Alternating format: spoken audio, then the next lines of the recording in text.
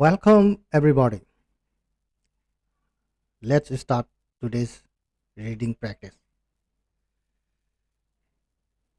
Part 1.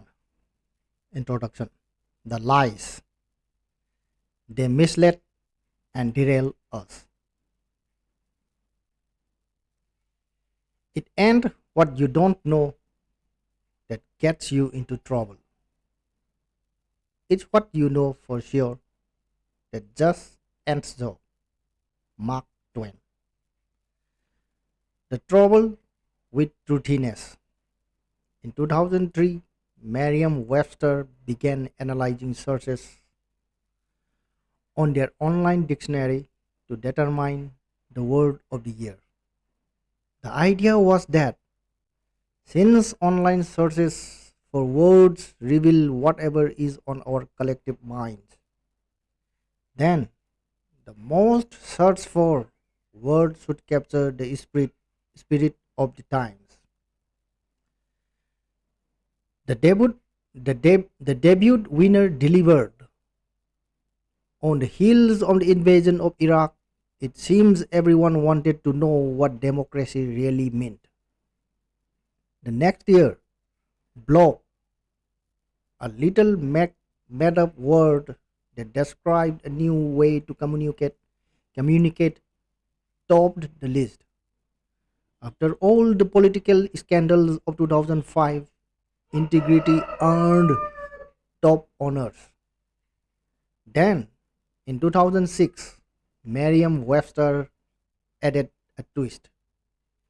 Site visitors could nominate candidates and subsequently vote on the word of the year. You could say it was an effort to instill a quantitative exercise with qualitative feedback, or you could just call it good marketing. The winner by a 5 to 1 landslide was truthiness, a word comedian Stephen Colbert coined as truth that comes from a gut, not books. On the debut episode of his Comedy Central show, The Colbert Report.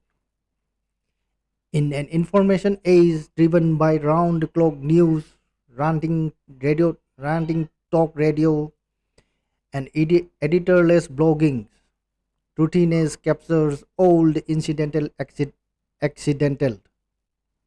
all the accidental, and even intentional falsehoods that sound just truthy enough for us to accept as truth.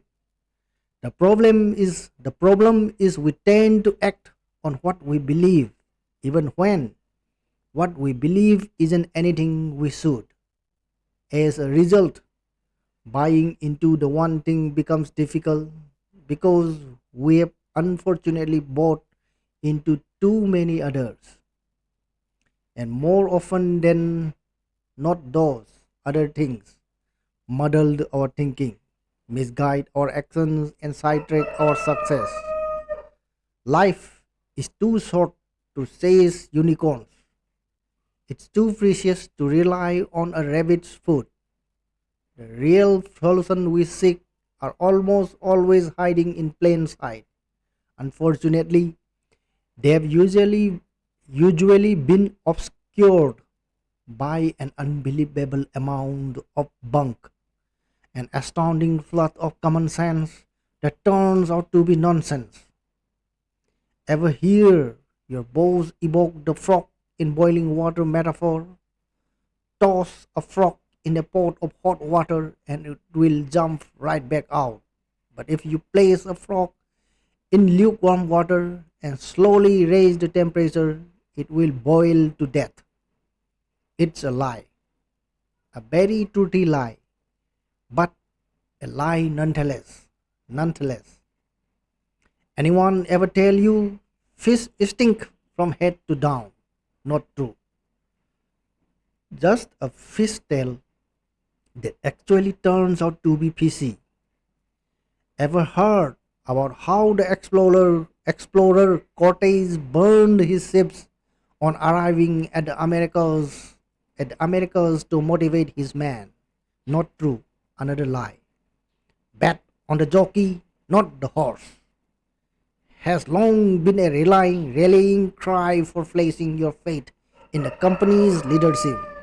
However, A is a betting strategy.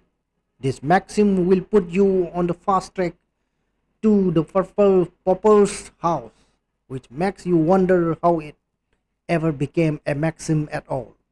Over time, myths and mistruths get thrown around so often they eventually feel familiar and start to sound like the truth.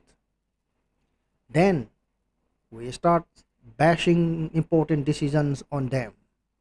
The challenge we all face when forming our success strategies is that, just like tales of frogs, fish, explorers, and jockeys, success has its own lies too. I just have too much that has to be done. I'll get more done by doing things at the same time. I need to be more disciplined person. I should be able to do what I want whenever I want. I need more balance in my life. Maybe I shouldn't dream so big. Repeat these thoughts often enough and they become the six lies about success that keep us from living the one thing. The six lies between you and success. Everything matters equally. Multitasking. A disciplined life. Willpower is always on will call. A balanced life. Big is bad. The six lies are beliefs that get into our heads and become operational principles driving us the wrong way.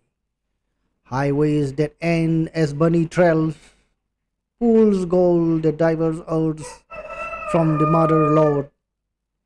We are going to maximize our potential. We are going to have to make sure we put these lies to bed.